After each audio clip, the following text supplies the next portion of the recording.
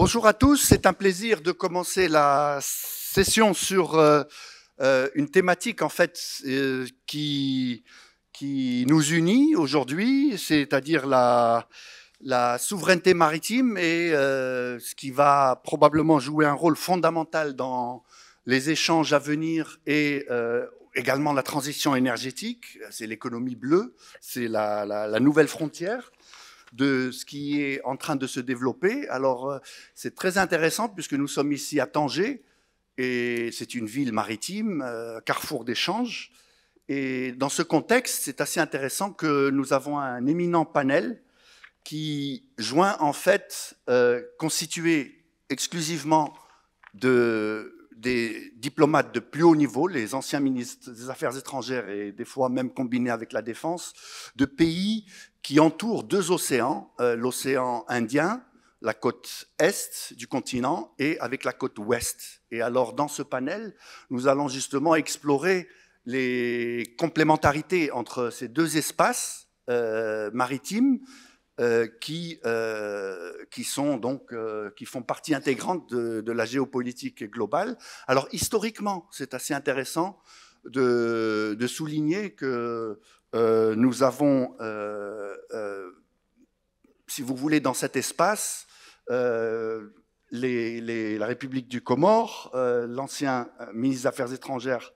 Donc nous avons un descendant du prophète, et je ne peux m'empêcher, à l'instar du royaume, de voir que finalement le monde arabe, c'est la côte est africaine, la côte ouest, et le monde arabe était à l'origine une puissance maritime. Le prophète lui-même vient de famille de commerce, et le commerce a été étendu au commerce maritime, et donc tout ça a évolué. La contribution du monde islamique dans ce commerce était positive parce qu'elle était basée sur le commerce. Ensuite, l'Occident avec les alizés. Moi, je viens personnellement du vent et on voit comment les alizés atlantiques, qui sont à l'origine de nos phosphates, comment ça a permis également d'ouvrir la globalisation qui s'est faite d'abord par les conquêtes, ensuite par la piraterie. Et donc, ça a ouvert un espace maritime légal qui devait être beaucoup plus flexible pour permettre justement à des acteurs hybrides, à savoir des corsaires, de ramener des ressources aux différents pays auxquels ils étaient rattachés. Et donc ça a permis à la législation qui était très féodale et fixée, latine, donc là on sort du contexte islamique et arabe, d'évoluer vers justement un cadre dans lequel on parle le droit de la mer et dans lequel finalement les notions de souveraineté devaient être floues pour justement ensuite faire évoluer le cadre légal de la globalisation actuelle dans lequel il y a une bonne marge de flexibilité. Et dès qu'il y a flexibilité, et c'est très important, particulièrement pour des pays comme les pays africains qui avons subi la colonisation, de pouvoir justement renforcer nos intérêts stratégiques, nos intérêts souverains. Et je pense qu'il est très difficile de le faire si on n'a pas une approche régionale. Et donc il y a des initiatives économiques significatives qui se mettent en place, aussi bien au niveau de la côte est africaine que de la côte ouest, dans lequel finalement les États africains se regroupent régionalement pour pouvoir faire valoir leurs intérêts stratégiques. Et c'est très important parce que nous entrons dans un contexte où, avec l'élection par exemple du président Donald Trump, on sait que la diplomatie va être plus transactionnelle. Et en matière de transactions, on est toujours beaucoup mieux loti quand on agit en groupement régional que particulièrement les pays africains, si on arrive individuellement à essayer de défendre nos actions. Donc voilà, j'ai été un peu long, je m'excuse. C'était simplement pour planter le décor sur justement cette question de souveraineté. Alors, je vais demander à M. Rajolina de nous éclairer un petit peu sur, d'abord, assez brièvement, sur les questions de souveraineté, par exemple à Madagascar. On pourrait évoquer différents cas. et avec nos autres intervenants, et pour voir finalement de quelle manière on pourrait défendre justement ces notions de souveraineté devant des enjeux économiques considérables et une conjoncture qui est très dynamique actuellement. Merci. Merci, merci M. Benhamou.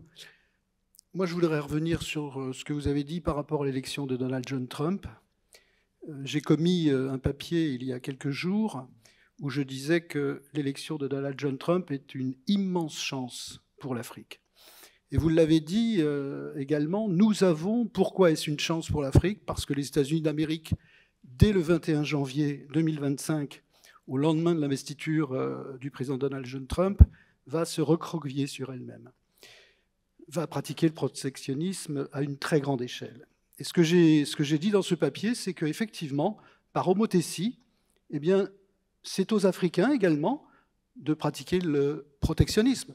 Nous avons des ressources naturelles qui sont demandées par l'hémisphère nord, à nous de créer un grand marché continental, et là je partage tout à fait ce que vous avez dit, sur la protection de nos ressources naturelles, sur la protection de nos ressources humaines et sur nos indépendances respectives.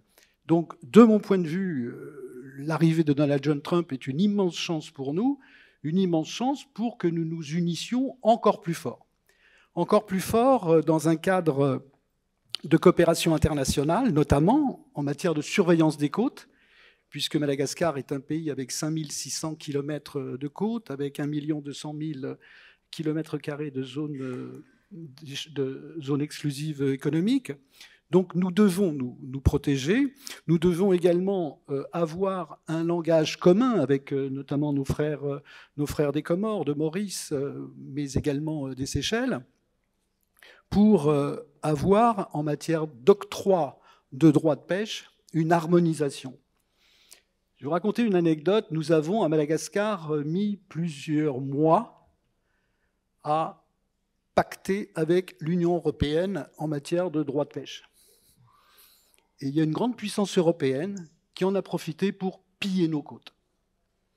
Je l'ai dit en février 2022, lorsque j'étais ministre des Affaires étrangères à Brest, à l'occasion d'un gros sommet où il y avait notamment le président français. J'ai dit arrêtez de piller nos côtes parce que aujourd'hui, effectivement, nous sommes faibles, mais ce n'est pas une raison pour s'attaquer à notre patrimoine halieutique. Ça, c'est une première chose en matière de droit d'octroi de droits de pêche. Au sein également des organisations internationales, nous devons faire front commun au sein de ces organisations internationales pour protéger notre souveraineté maritime et au-delà, notre souveraineté nationale. Parce que, je le rappelle, Madagascar et en Côte d'Ivoire, nous avons au mois de juillet dernier arrêté 7 terroristes de l'État islamique qui venaient à Madagascar pour ensuite partir sur l'Europe, et ils avaient comme dessein de faire des attentats contre les Jeux Olympiques. Donc nous devons, en matière d'instances internationales, en matière de services de renseignement également, nous avons à nous unir au sein d'une grande force africaine. Et puis, naturellement, cette coopération internationale, lorsque j'étais ministre, nous avons discuté avec des chantiers navals égyptiens pour faire venir des bateaux pour protéger nos côtes et notamment de nos ressources halieutiques. Merci beaucoup. Alors, d'abord, je tiens à souligner le fait que la ministre des Affaires étrangères actuelle de Madagascar vient d'ouvrir l'ambassade, donc c'est hier. Donc, les relations bilatérales sont maintenant à leur apogée, dans la mesure où nous avons maintenant une représentation diplomatique permanente. Elles sont, pardon, M. Benhamou, elles sont historiques parce que, souvenez-vous, feu Sa Majesté Mohamed V, lorsqu'il a été sorti du territoire royal marocain, a été exilé par les Français d'abord en Corse, mais les Français ont estimé que c'était un peu trop proche du Maroc, et ensuite il a été exilé à Antsirabé.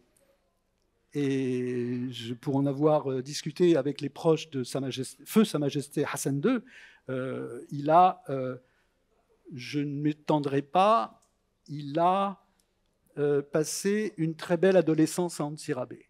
Voilà. Absolument. Alors maintenant que vous parlez de terre d'exil, je ne peux m'empêcher d'introduire notre prochain éminent panéliste, son Excellence, Monsieur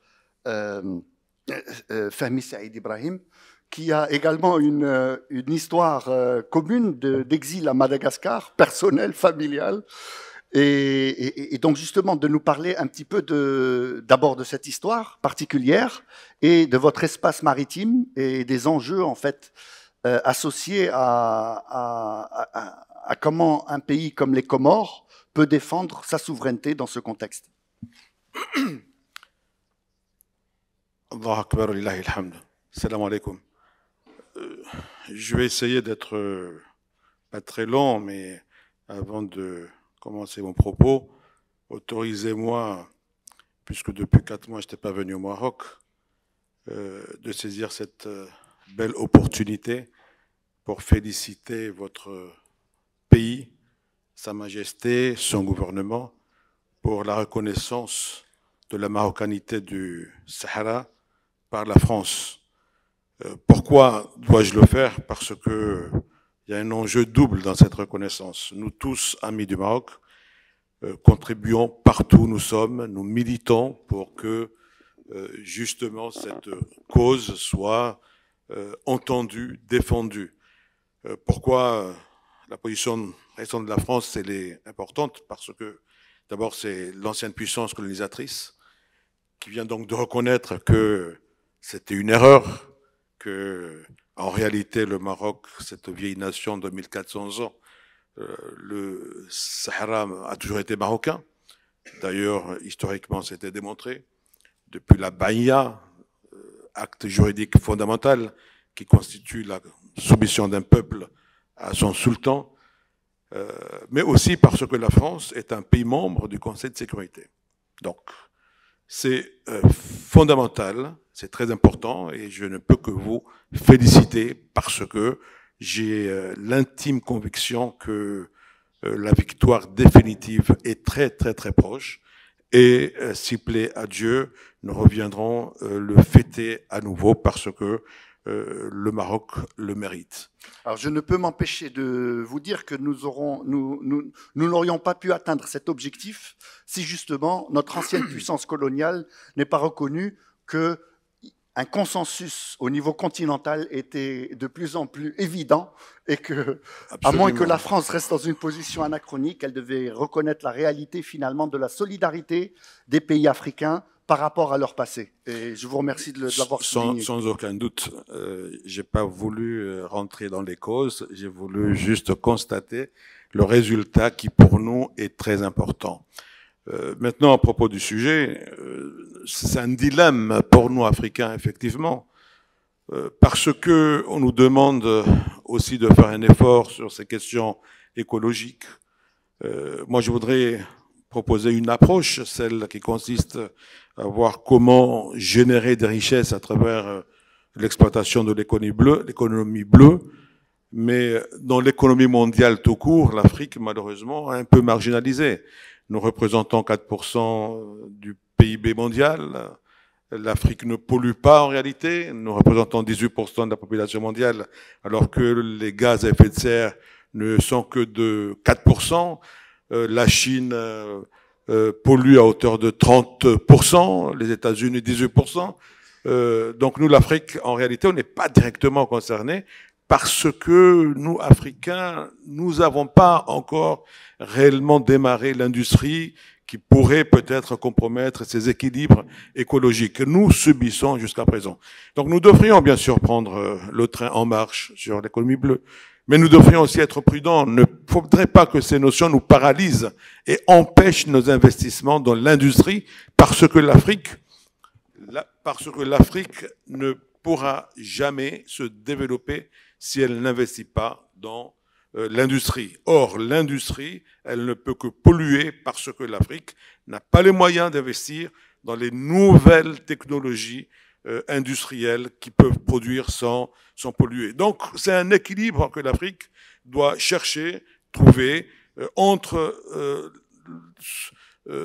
cette volonté de ne pas polluer, bien sûr, mais aussi revendiquer ce droit parce que le développement du continent aussi doit contribuer, parce qu'on ne peut pas non plus être enfermé, ligoté dans ces notions qui, en réalité, risquent de freiner le développement de l'Afrique. Mais l'économie bleue est une opportunité. C'est ainsi que nous devrions la saisir, dans le sens où, effectivement, il y a des ressources stratégiques, ne serait-ce que dans la télécommunication, les câbles sous-marins, les nodules importants, des composants importants dans les technologies futures.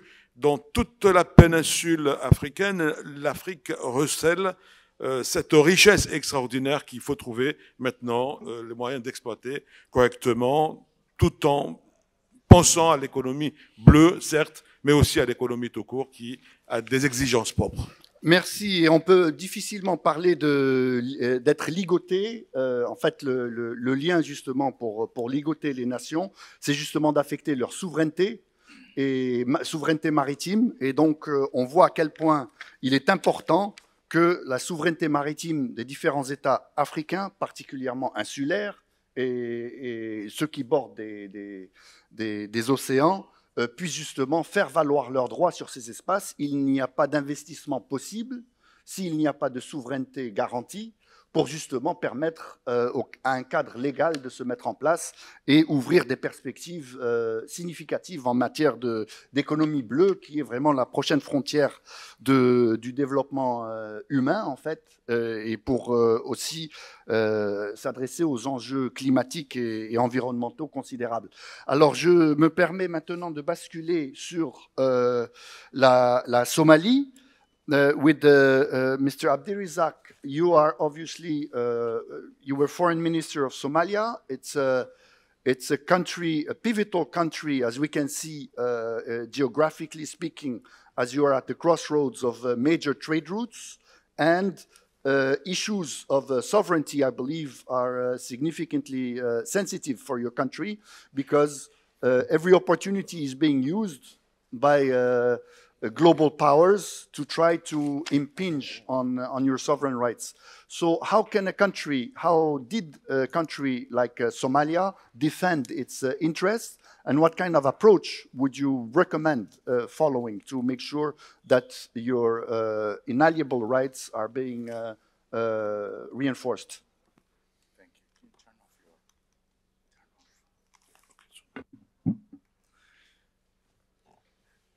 Thank you, Ben Hamoud, and thank you also to my fellow panelists as well as the audience.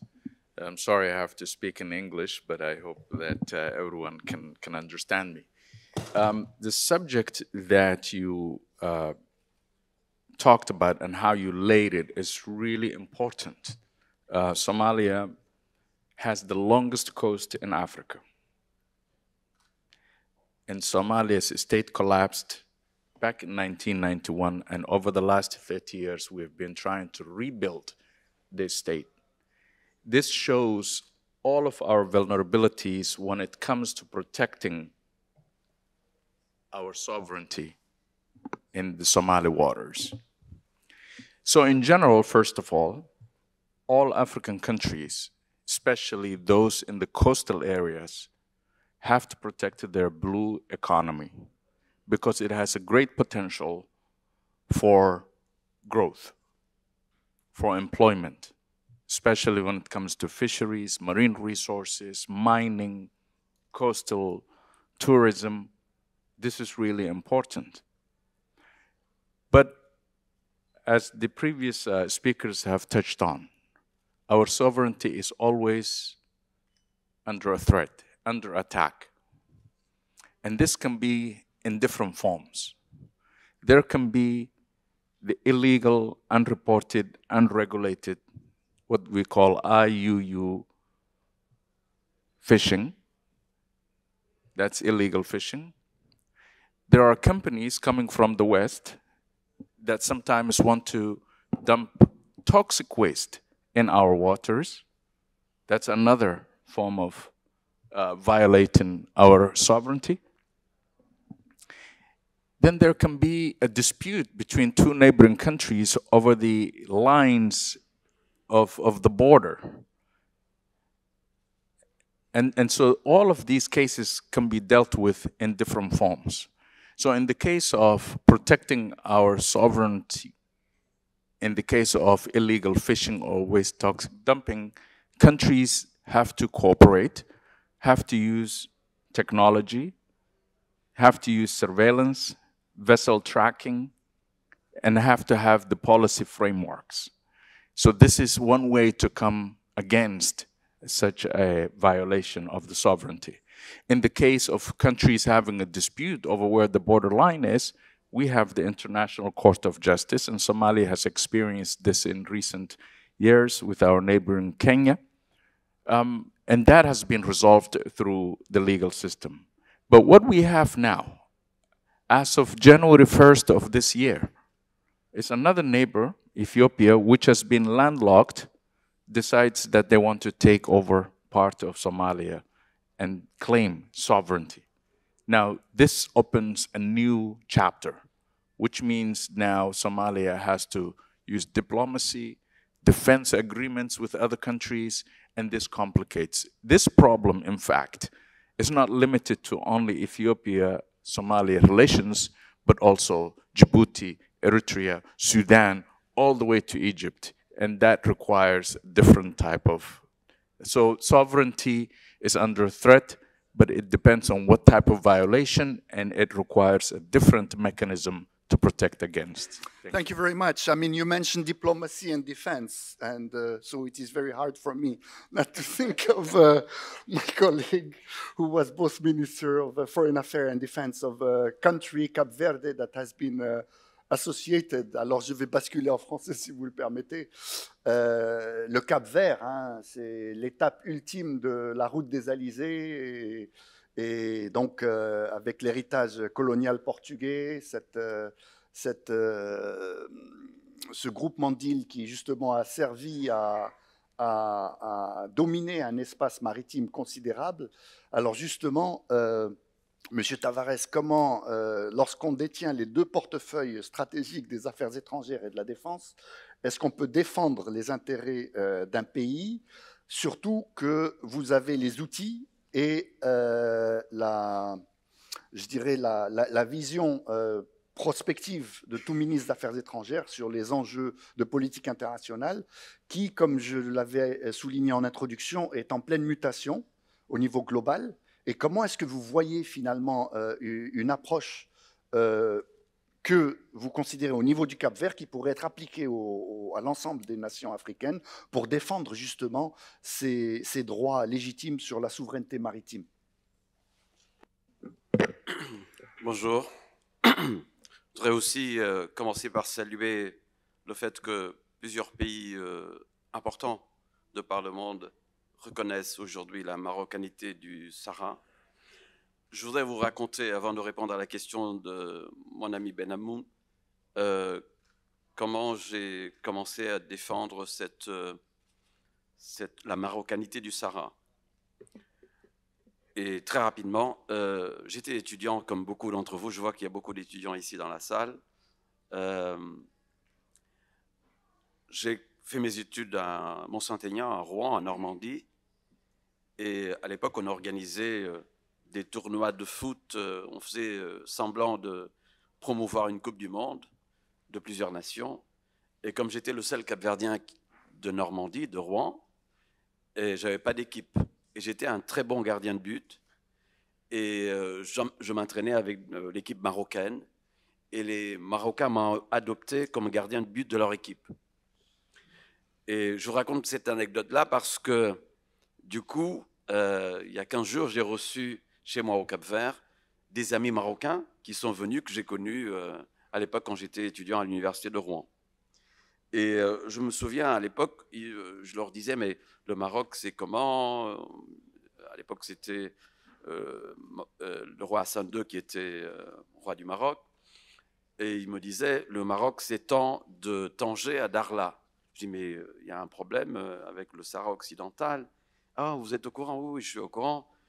Et il y a un qui est devenu médecin, qui est toujours là, qui aujourd'hui est médecin à Kenitra, qui me disait tu es là, tu fais des études, sait-on jamais si un jour tu es dans les affaires chez toi, de reconnaître la marocanité du Sahara.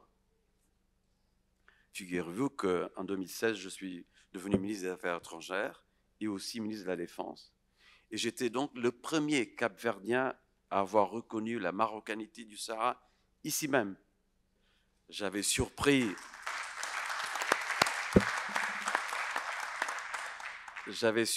mon ami Nasser Bourita quand il m'a dit « Monsieur le ministre, je vais faire une annonce importante, je vais reconnaître la marocanité du Sahara pour la première fois qu'un Cap-Verdien le fait, ministre des Affaires étrangères. » Il m'a dit « Bon, j'invite toute la presse, tu vas le faire là, dans la salle ?» Je dis « Oui, tout de suite. » Il a invité la presse et on l'a fait.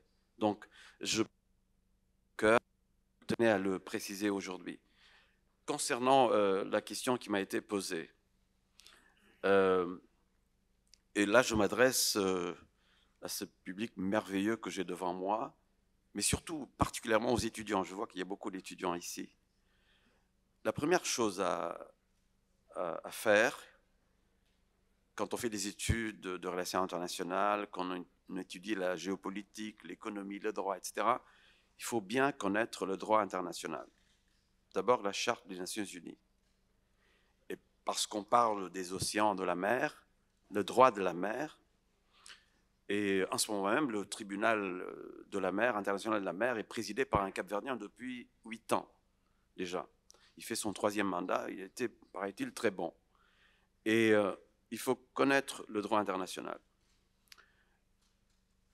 Moi, j'étais ministre des Affaires étrangères et ministre de la Défense en même temps, pendant 5 ans. Et j'ai eu à négocier des questions maritimes, bien sûr, malgré le fait que notre pays, le Cap-Vert, est un havre de paix, de tranquillité.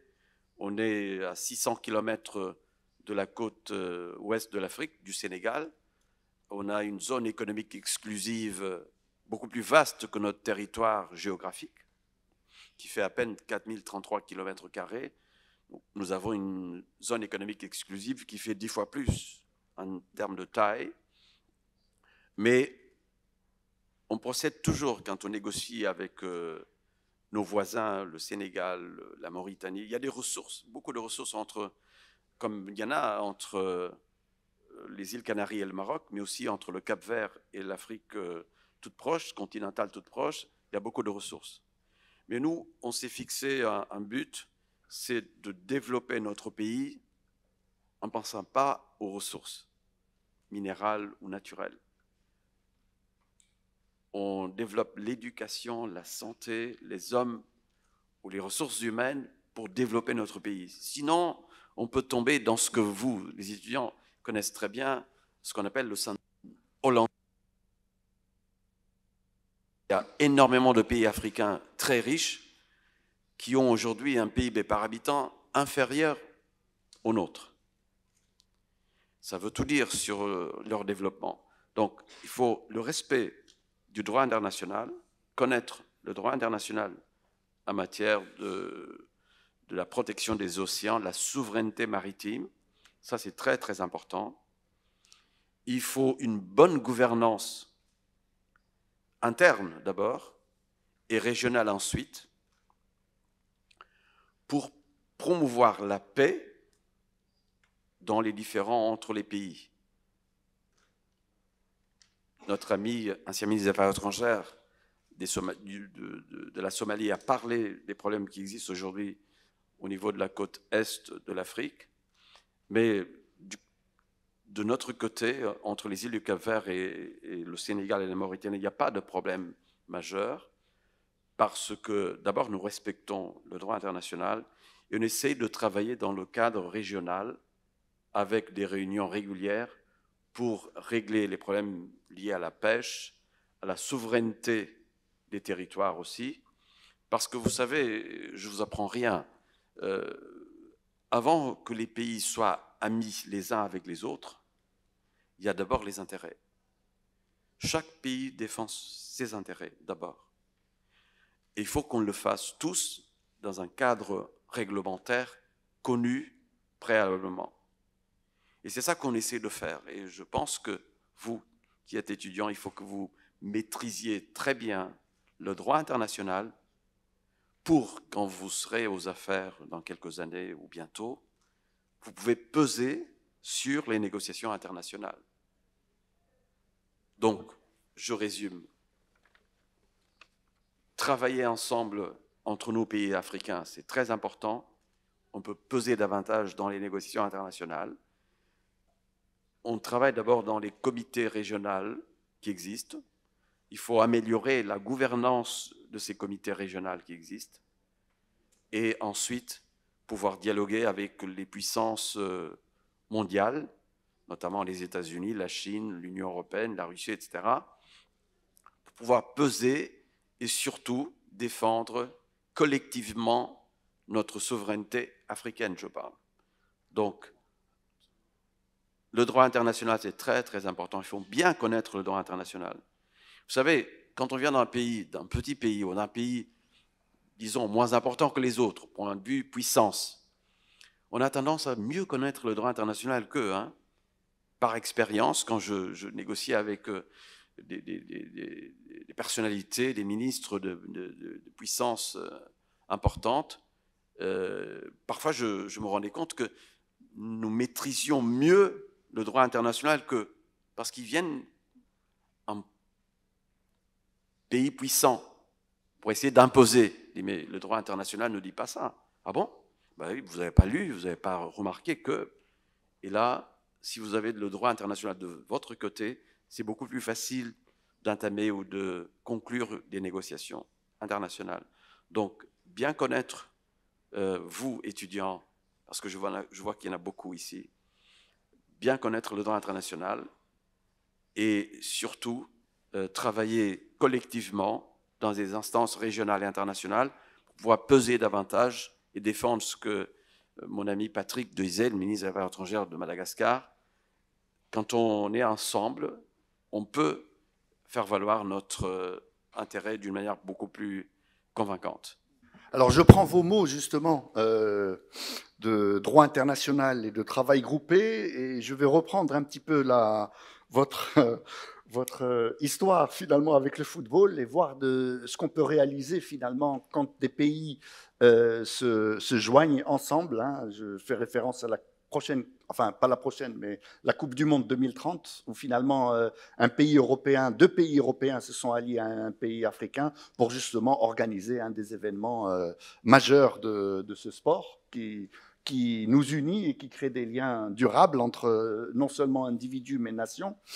Et justement, ça m'amène à essayer de voir ce qui se passe au niveau de l'Afrique de l'Ouest, la façade atlantique, où des regroupements régionaux commencent à se constituer avec des infrastructures partagées et un avenir qui est conçu de manière conjointe pour pouvoir mettre en levier des ressources considérables et consolider le développement et l'impact sur nos économies respectives. Je souhaiterais m'adresser justement à la partie de la côte Est de l'Afrique, notamment mes interlocuteurs de Madagascar et des Comores, de comment est-ce que votre collaboration bilatérale agit par rapport à la défense de votre domaine maritime, notamment puisque vous avez une ancienne puissance coloniale dans la région, qui fait valoir en fait un héritage justement qui est sujet à discussion. Donc comment est-ce qu'au niveau bilatéral, vous voyez cette collaboration? Est-ce que vous essayez d'y aller au niveau individuel ou collectivement, vous pensez que vous pourrez atteindre de meilleurs objectifs? Si vous le permettez. Effectivement, les Comores, l'Union des Comores et Madagascar font partie de la Commission de l'océan Indien. Donc nous sommes amenés effectivement à avoir des relations et bilatérales et multilatérales avec nos 3 autres partenaires, que ce soit la Réunion, les Seychelles et Maurice. Ça, c'est une première chose, mais de mon point de vue, et lorsque j'étais ministre des Affaires étrangères, j'ai présidé la Commission de l'océan Indien, j'ai toujours insisté sur le fait qu'il n'y avait pas assez de collaboration entre les îles, au niveau politique, diplomatique, au niveau de la pêche, au niveau économique. Et pour ce qui concerne plus précisément Madagascar, en répondant à votre question, l'idée pour nous, avec le ministre de la Pêche et de l'économie bleue, est de renforcer la productivité de nos industries de pêche. Et cela, nous le faisons et nous pouvons le faire avec toutes les nations du monde. En ce moment, je suis en train de préparer un voyage présidentiel en Inde. Nous avons, de ce point de vue-là, un certain nombre de perspectives qui sont tracées de collaboration avec l'Inde, avec la Chine également. Nous revenons du sommet Chine-Afrique et nous avons pu discuter avec les autorités chinoises d'un certain nombre de collaborations. Donc l'idée pour nous est de renforcer, y compris avec la collaboration de la communauté internationale, la productivité des industries de pêche, de soutenir l'expansion et la consolidation des aires protégées, parce que ça, c'est extrêmement important, dans la mesure où il y a un grand pays de l'hémisphère nord qui est très présent autour de nos côtes et qui ne fait aucun cas des spécificités de telle ou telle espèce. Il racle les fonds, y compris en emportant les coraux, ce qui pose de graves problèmes et à l'environnement et à nos pêcheurs. Il y a également la priorité qui doit être donnée, que nous donnons au niveau gouvernemental à la conservation des zones clés de la biodiversité, parce que Madagascar est une grande île, naturellement, une grande île qui souffre beaucoup, mon ami comoréen en a parlé tout à l'heure, qui souffre beaucoup de la pollution de l'hémisphère nord. Je rappelle que Madagascar n'est, entre guillemets, l'auteur de 0,08% de gaz à effet de serre. Et aujourd'hui, nous avons des populations du sud malgache, 1 200 000 personnes à peu près, qui vivent dans la précarité et dans la diversification, à cause justement de cette industrialisation massive et aveugle de l'hémisphère nord. Ensuite, il y a, de notre point de vue, une planification drastique de l'espace marin, c'est-à-dire ce qu'a dit notre frère comoréen. Effectivement, il y a un certain nombre de bobos en Occident, y compris avec leurs ONG, qui nous donnent des leçons, alors que ce sont eux qui polluent, qui nous donnent des leçons écologiques, de protection de la nature, alors qu'il faut voir la façon dont l'hémisphère nord est pollué et dégradé, et avec un certain nombre de choses qui sont assez inadmissibles. Donc nous, comme l'a dit notre frère, le but de l'opération, bien sûr, et je l'ai dit, c'est de protéger notre biodiversité, mais également de faire avancer un certain nombre, je dirais, d'outils qui vont nous permettre de nous développer. Et c'est cela que j'appelle la planification drastique de l'espace marin. Et enfin, et c'est là que la coopération internationale intervient, dans la formation de nos pêcheurs, également dans le don de matériel, dans le renforcement des capacités de surveillance.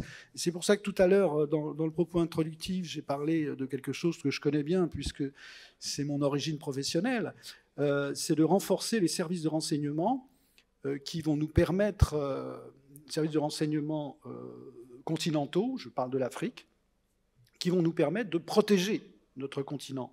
Et lorsque tout à l'heure j'ai dit que l'arrivée du président Donald John Trump était une chance pour l'Afrique, c'est une chance un petit peu cynique, dans la mesure où cette chance-là va nous permettre de nous renforcer.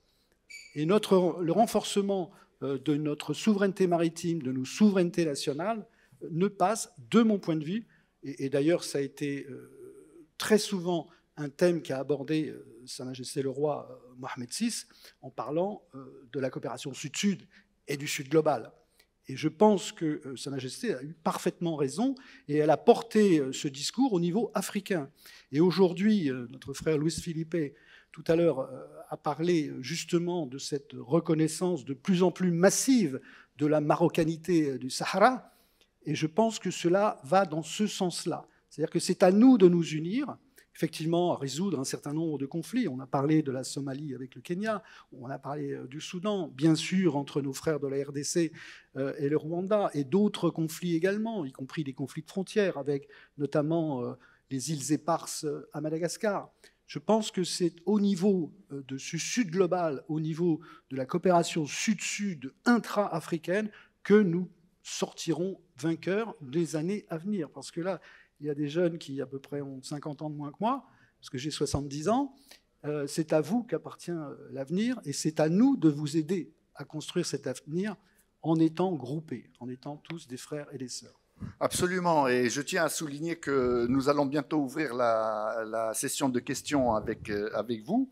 Et avant de faire ça, je tenais simplement à rappeler la question des îles éparses par rapport à Madagascar. C'est un domaine maritime significatif qui a été amputé à Madagascar 1 mois et demi avant que l'ancienne puissance coloniale lui concède l'indépendance. Donc on voit finalement des arrangements de dernière minute et leur impact durable sur la souveraineté de cet État nouvellement indépendant à l'époque et de voir de quelle manière cela grève aussi l'Union des Comores qui a probablement eu une expérience similaire. Est-ce que vous voulez élaborer là-dessus, s'il vous plaît?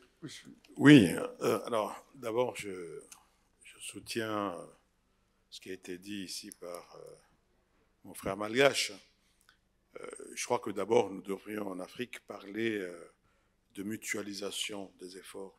Je crois que c'est en mutualisant que nous pourrons tenter d'apporter une réponse appropriée parce que, qu'on se dise la vérité, notre continent est très riche en sous-sol, mais très pauvre en création de richesses. Donc, les transactions ne se font pas en nature, mais se font en argent, et cet argent, il faut l'avoir, donc il faut transformer, Maintenant, nous, Africains, individuellement, de manière isolée, ça va être très difficile d'agir, donc c'est ensemble que nous pourrons apporter des réponses. Et là, dans tout changement, il faut une locomotive. Et je pense que le Maroc, depuis une 50aine d'années, s'est positionné son discours, et plus particulièrement à l'avènement de Sa Majesté Mohamed VI, qui a impulsé une vision nouvelle, un dynamique nouveau, qui est notamment cette coopération Sud-Sud. Il s'agit maintenant de tracer, avoir cette vision pour arracher cette souveraineté. Souveraineté dans tous les domaines, y compris justement la gestion de nos espaces maritimes. Parce que l'enjeu, l'avenir est là. Parce que au départ, le transport maritime était l'enjeu en réalité lié à la mer. C'était le transport, maintenant ce n'est plus le transport, c'est une richesse qui est dans la mer qu'il faut exploiter, protéger. Maintenant, pour terminer, en répondant à votre question, effectivement, nous avons des questions légales à poser, un litige territorial comme celui qui est évoqué ici par mon frère Patrick, c'est la question de Mayotte. Mayotte, qui est une île comorienne. Nous avons accédé à l'indépendance, je crois, en 1975, quelques années après Madagascar, et les résolutions des Nations Unies ont clairement stipulé que Mayotte était comorienne, que les 4 îles avaient accédé à l'indépendance. Malheureusement, la France n'a jamais voulu respecter cette résolution et il est resté à Mayotte et il a organisé des référendums qui tend à dire que Mayotte, la population mahoraise a souhaité rester française, mais qui, au fond, la France le sait très bien, les résolutions des Nations Unies s'appliquent orga oms, donc à l'égard de tous, que dès lors que la résolution dit que Mayotte, comme ces 3 autres îles sœurs, sont comoriennes, la France devrait respecter, d'autant que dans la même résolution, il a été clairement stipulé que tout référendum organisé postérieurement est réputé nul. Donc c'est vrai qu'il y a ce litige. Maintenant, les Comores, seuls, c'est un pays pauvre, un petit pays, on n'a pas les moyens peut-être de la politique pour revendiquer. Tout ne peut se faire que dans le consensus et le dialogue. Et c'est là où l'Afrique pourrait contribuer à aider les Comores dans cet recouvrement de l'intégrité territoriale. Madagascar a un cas similaire, un problème similaire. Mayotte va poser un problème même dans la limitation de la frontière maritime, conformément aux accords de Montego Bay de 1982, parce que à partir d'où nous dirons que la frontière des Comores commence. À partir de Mayotte, ce serait conforme à la résolution des Nations Unies, mais la France ne l'entend pas de cette horaire. Il dit que non, ce sera à partir d'Anjouan. Donc c'est des questions de droit pointues qui peuvent se poser et qui doivent être résolues par le truchement du mécanisme légal évoqué ici. Maintenant, Je pense qu'il faut discuter, il faut dialoguer. J'y crois personnellement aux vertus du dialogue et je pense qu'on y arrivera en mutualisant d'abord dans notre sous-région, puis en Afrique. Et je pense que la France devrait comprendre à long terme qu'elle n'a aucun intérêt à rester dans cette posture, comme elle l'a fait avec le Sahara marocain. Peut-être que dans 10 ans, 20 ans, 50 ans, le temps joue toujours aux côtés du droit et de la vérité. Donc, vaut mieux ne pas être belliqueux, mais lancer des passerelles de discussion. Toute solution se trouvera dans le dialogue avec la France. Voilà, et j'y crois avec l'aide des pays voisins et de l'Afrique tout entier, parce que rien ne vaut la paix, rien ne se fera sans apaiser les relations internationales. C'est un long chemin, j'en conviens, mais il vaut le détour. Absolument, et on a vu comme dans le cas du Maroc, il y a des opportunités qui s'ouvrent, notamment avec la présidence américaine, dans lequel finalement il y a des dogmes qui tombent, un héritage colonial, etc. Et c'est un débat qui était déjà évoqué lors de la visite de Roosevelt à Casablanca en 1943, en disant c'est absurde, la colonisation, après la guerre c'est fini. Bon, après on a encore les enjeux coloniaux qui se remettent en place, mais allez-y. Alors, vous m'aviez posé une question, bon, personnelle, mais j'avais omis de la répondre, donc je ne voudrais pas non plus très brièvement. Oui, effectivement, nous avons une histoire avec Madagascar, on est très liés parce que on a exilé beaucoup de sultans à Madagascar. On vous a parlé de Feu Mohamed V, paix à son âme. Il y a eu aussi mon grand-père, quelques années avant, le sultan Sédali. La France, pour coloniser les Comores, a exilé mon propre grand-père, donc qui est le père de mon père, toujours à Madagascar. Donc il y a ce lien aussi entre le Madagascar et le Maroc, Madagascar et les Comores, mais aussi entre les Comores et Madagascar, parce que notre dernier sultan a subi le même sort 50 ans avant le vôtre. Et c'était la terre malgache devenue la terre pour accueillir les exilés de la France. Donc il y a cette histoire, effectivement. Mais regardons l'avenir ensemble. Je pense que la France est une puissance. L'avenir doit être regardé sereinement. Mais c'était juste pour répondre à la question qui a été posée par mon ami.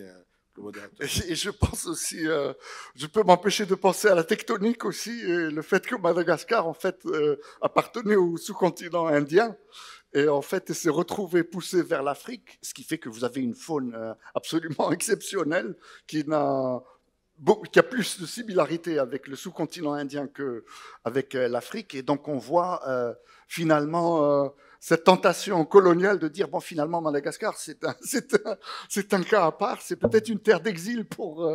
Non, ce n'est pas une terre d'exil, c'est une terre de fraternité. Pardon, mais Madagascar était rattaché à l'Afrique par le Gondwana. On n'a jamais été rattaché à l'Inde. C'est le Gondwana, et ensuite on s'est détaché, il y a 150 millions d'années, du continent africain. Non, Madagascar était loin de certains pays, et notamment du Maroc.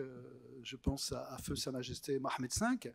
Et effectivement, votre souverain a été exilé dans mon pays, et je crois qu'il a été très très bien traité. Et d'ailleurs aujourd'hui, lorsque l'on dit qu'on est malgache dans les rues de Rabat, de Casa, de Tanger ou d'ailleurs, on se souvient justement de cette douleur d'avoir eu son souverain exilé dans une terre lointaine et hospitalière. Merci. Donc, à l'instar de l'initiative atlantique que Sa Majesté a lancée il y a quelque temps déjà, j'aimerais savoir, du côté de l'océan Indien, nous avons trois pays de la façade de l'océan Indien. On sait que bon, il y a des ressources au Mozambique offshore au niveau gazier. Il y a pas mal de perspectives qui s'annoncent. Est-ce que vous voyez, et donc je m'adresse collectivement à vous, de l'Afrique de l'Est, est-ce que vous voyez l'émergence d'une initiative africaine de l'océan Indien dans un avenir proche? Yes. Well, first of all, let me salute the interpreters here who have done a great job in keeping me in the loop. Look, in neighboring Kenya actually has a project in the Lamu area that is trying to serve other countries all the way to Uganda who are landlocked. We have a number of countries that use the ports of the East African countries for trade and development. But I have to say that the best example of cooperation, we talked about sovereignty under a threat. There's also the issue of cooperation. The best cooperation example that we can actually use as a continent is the one that is between Kingdom of Morocco and the Sahel, particularly Burkina Faso, Niger, and Mali. And those we know are countries that have recently gone through some changes that were particularly not welcome in the West. So what did Morocco do? Morocco did not use, we're here giving you a handout. We're looking down on you. No. Morocco has invited them to be part of the Dakhla Atlantic Port Project, which is a visionary project that has mutual respect, diplomacy, and shared prosperity to grow together through roads, bridges that helps lift up the entire Sahel. So we have to use actually this example as the best example, not only for West Africa, but throughout Africa and even the globe in other places. One more thing that I wanted to say about the issue of poverty in Africa and what's going on. Yes, South-South relationship is very important, but I'm talking even about more African to African relations and trading being more important. If Ghana has cocoa, we eat chocolate in the rest of Africa. If you have fertilizers in Morocco, we need in the rest of Africa. There are countries in Africa where salt is a premium product. It shouldn't be that much. So through African trade, we can actually grow together and prosper together. Thank you. Absolutely, and we also see the emergence of, obviously, China. I mean, we recently had last week the visit of President Xi coming back from Peru, where he has set up a major trade hub that will gather countries in Latin America, and probably foresees a similar hub on the west coast of Africa, and likely, you know, those actors with significant means with the Belt and Road initiatives are going to change the global landscape significantly. I'm definitely looking forward to opening, j'ouvre la discussion justement sur finalement ces opportunités qui s'ouvrent à nous. Si justement on développe des approches de groupements régionaux pour pouvoir justement mettre en levier des potentialités significatives. Alors, je m'adresse à vous et je vous demanderai, est-ce que il y a certains points que vous aimeriez développer avec nos éminents panélistes sur justement comment mettre en levier des intérêts nationaux dans le cadre justement de cette globalisation qui passe par la maîtrise des océans et des domaines souverains maritimes. Allez-y, je vous en prie. Un micro, s'il vous plaît. Alors,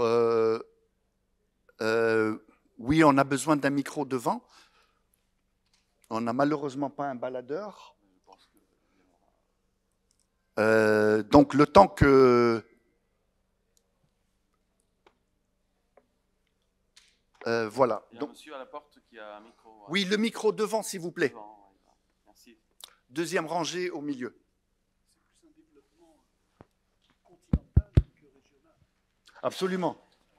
Oui, oui, oui. Je précise, bien entendu, qu'il s'agit d'un développement continental et donc c'est les groupements continentaux qui ont à faire valoir leurs droits. Allez-y, je vous en prie. Thank you so much for giving me the chance to speak to these amazing key speakers. I'm so happy to be here today with you. And thank you so much for all the rich information that you've given us today in this beautiful morning. So I would love to ask you, how would African nations combat illegal fishing and exploitation of African marines? And also, does AI contribute to this, to the protection of African marines or to develop African marines in general? And lastly, how would the African nations collaborate and maybe protect their African marines against foreign exploitation, and just make sure to successfully use it for our own advantage? That was it. Thank you so much. Merci beaucoup. Alors, je me permets And by the way, I'm sorry, my name is Hedjil. Thank you. Okay, Thank you for your question. Vous avez mentionné donc la pêche illégale et l'intelligence artificielle et la protection. Donc, il m'est très difficile de ne pas penser à mon voisin de Cap-Vert, dans cette zone de pêche significative et avec des enjeux aussi de défense, et de quelle manière finalement on pourrait utiliser justement ces outils-là. Oui, en effet, c'était une excellente question, je vous remercie. Vous savez, les marines sont très importantes pour protéger la souveraineté des uns et des autres.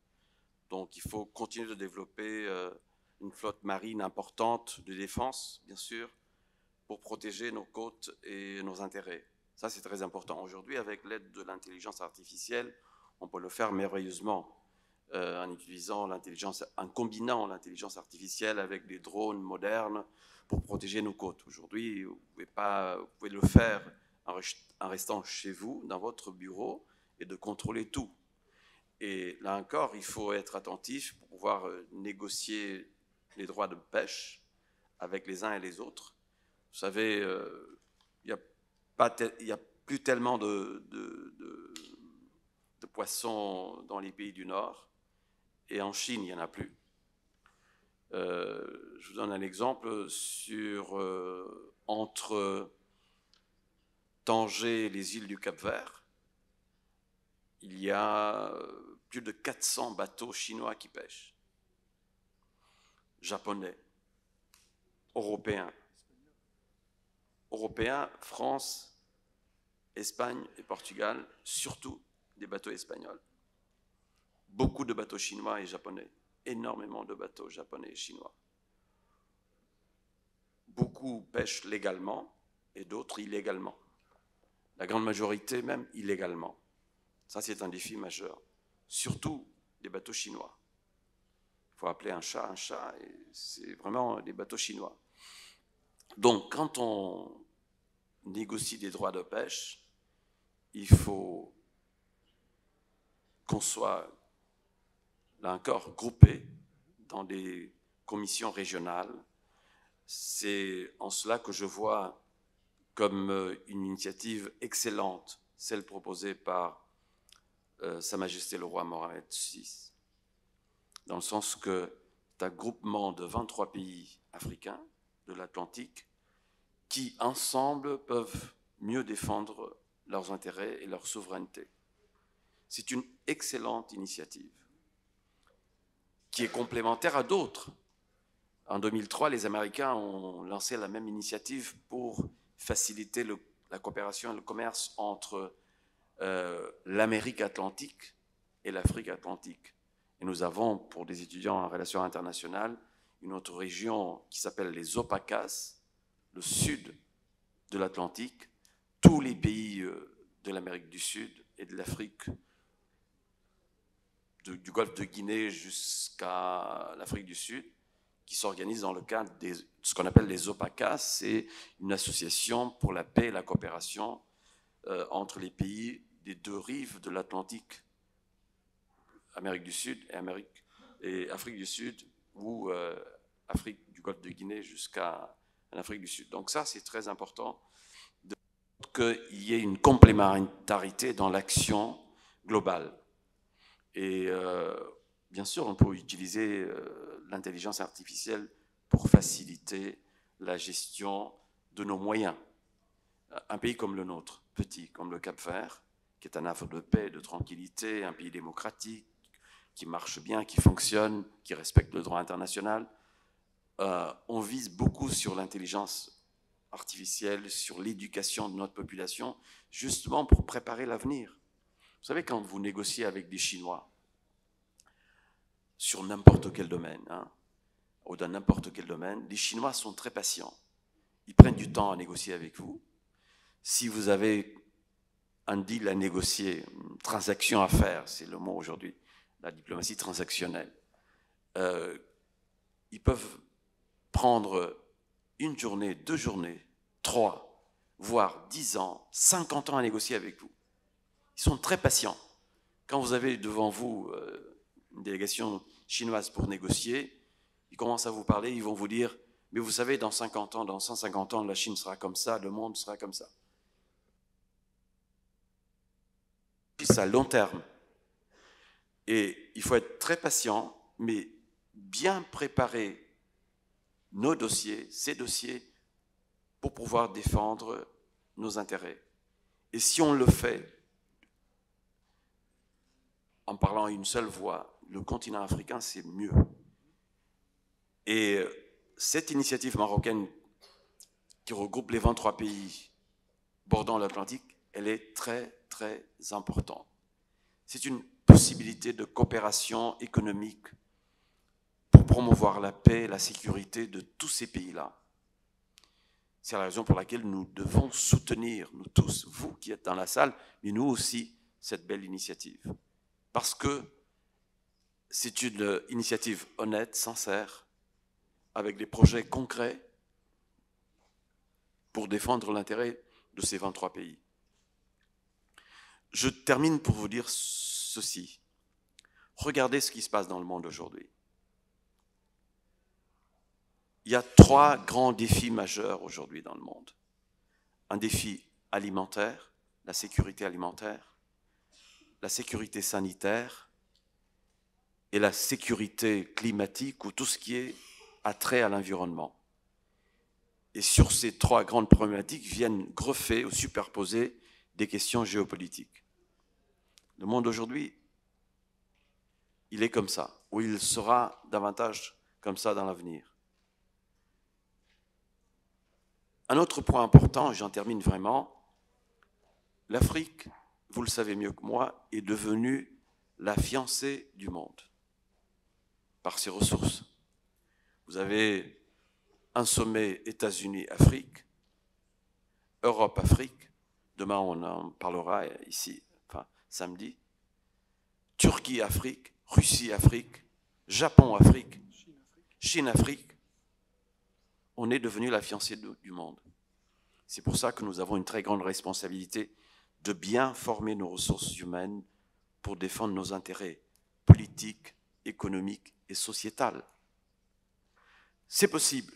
Le Maroc donne un excellent exemple avec sa diplomatie qui est aujourd'hui, à mon sens, multidimensionnelle. C'est ça qu'il faut faire. Se parler à tout le monde pour défendre mieux nos intérêts et surtout, du point de vue continental, promouvoir l'unité africaine dans le sens de défendre nos intérêts. On est devenu la fiancée du monde parce qu'on a beaucoup de ressources. Tout ce dont le monde a besoin aujourd'hui est en Afrique. Tout, particulièrement tout.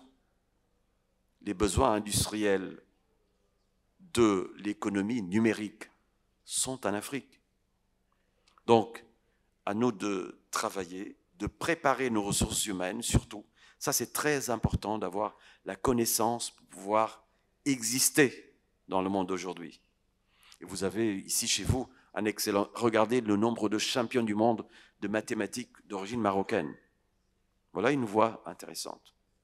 Merci. Alors, Mr. Abdirizak, your input on the issue, please. Thank you. I'll take only 30 seconds. I think this was a very important question because it captures the issues that we talked about and how to protect our resources.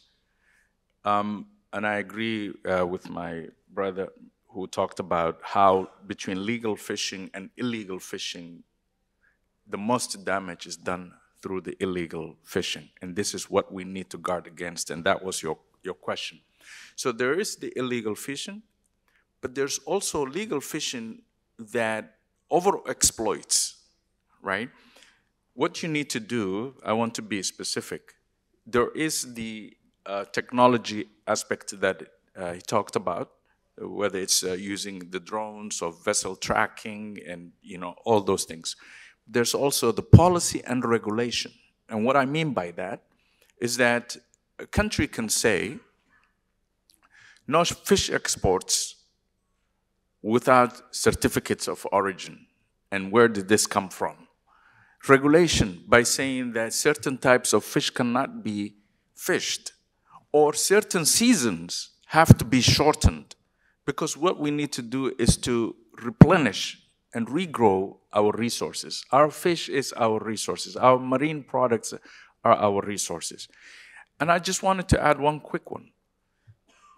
Some of those who are illegally fishing also come in the hats of giving you protection.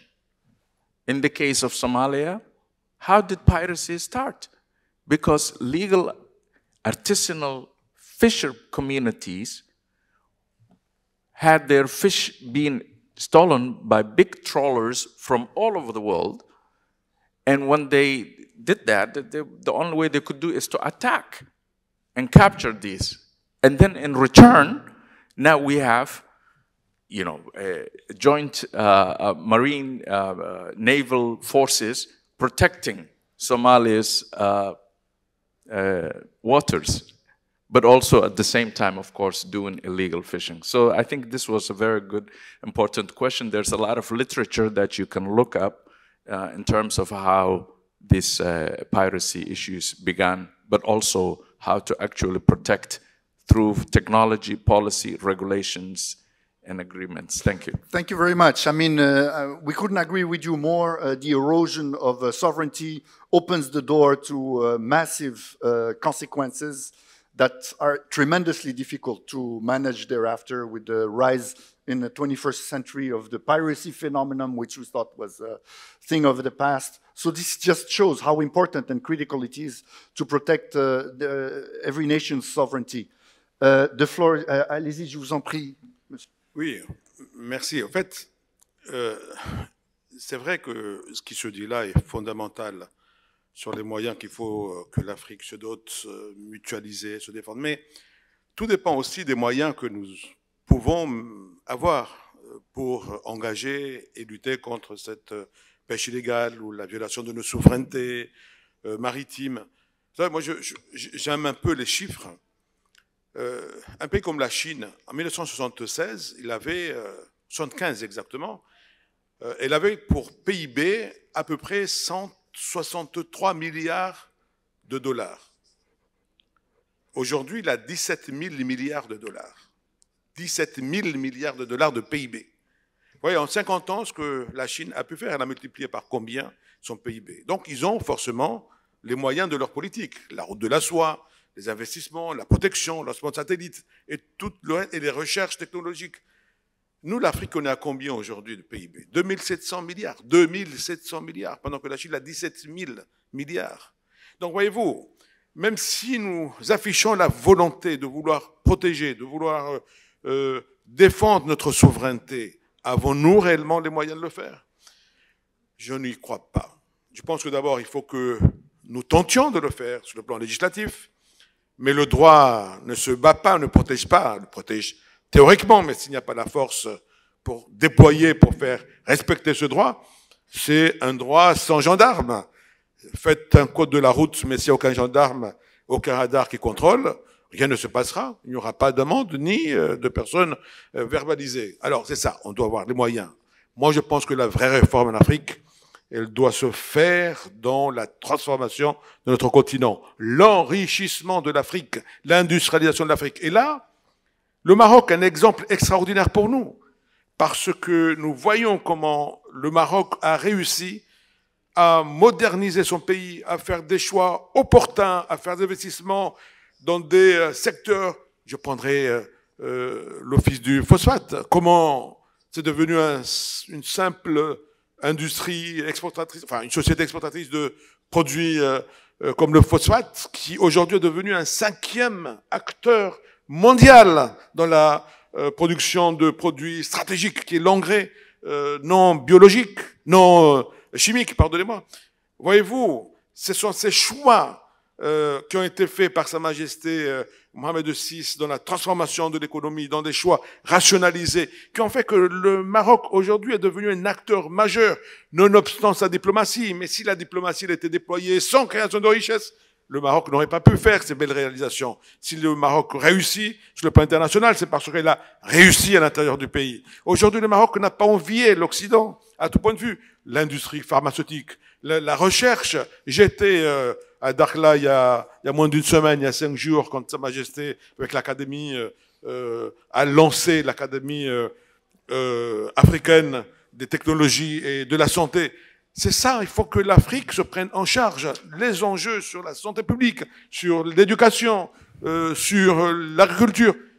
L'Afrique doit apporter ses réponses précises maintenant. Et le Maroc est pour moi une locomotive extraordinaire. Alors, partage de compétences, partage de savoir. Et le Maroc doit être cette locomotive pour tirer l'Afrique. Et nous serions très heureux en partageant avec lui ces enjeux, et c'est ce que vous faites à travers des forums comme celui-ci, et c'est là où les vrais changements pourront se faire. Alors sur ces mots, je dois avouer que si vous parlez de l'OCP, vous parlez aussi d'un acteur majeur dans la transition énergétique, quand on parle d'hydrogène vert et des différentes perspectives pour justement découpler des secteurs entiers de l'économie mondiale et réduire et décarboner des secteurs massifs. Et en conclusion, puisque nous avons atteint le délai qui nous était imparti pour débattre cette thématique essentielle d'économie bleue, je tiens à rappeler, dans le cas de la Chine, comme dans le cas du Maroc, la Chine, le développement de la Chine n'a été possible que justement par cet opportunisme que la Chine a utilisé au début des années 70, dans la rivalité de la guerre froide, pour avoir une petite ouverture, on parle début 70, et voir comment, dans un contexte géopolitique, les États-Unis ont lancé la perche à la Chine pour pouvoir se développer. Et donc, sur cette opportunité et d'autres qui ont vu le jour par ailleurs dans le monde, je pense que nous allons atteindre maintenant une période où peut-être des opportunités additionnelles pourraient s'ouvrir pour notre continent. Et je vous appelle à être très vigilants sur justement ces opportunités à venir, avec notamment la prochaine administration américaine, et un monde qui est en évolution constante et dans lequel il faut rester très attentif aux opportunités qui se présentent. Sur ce, je tiens à vous remercier encore une fois. Je vais vous demander d'applaudir nos éminents panélistes et je vous remercie pour votre attention.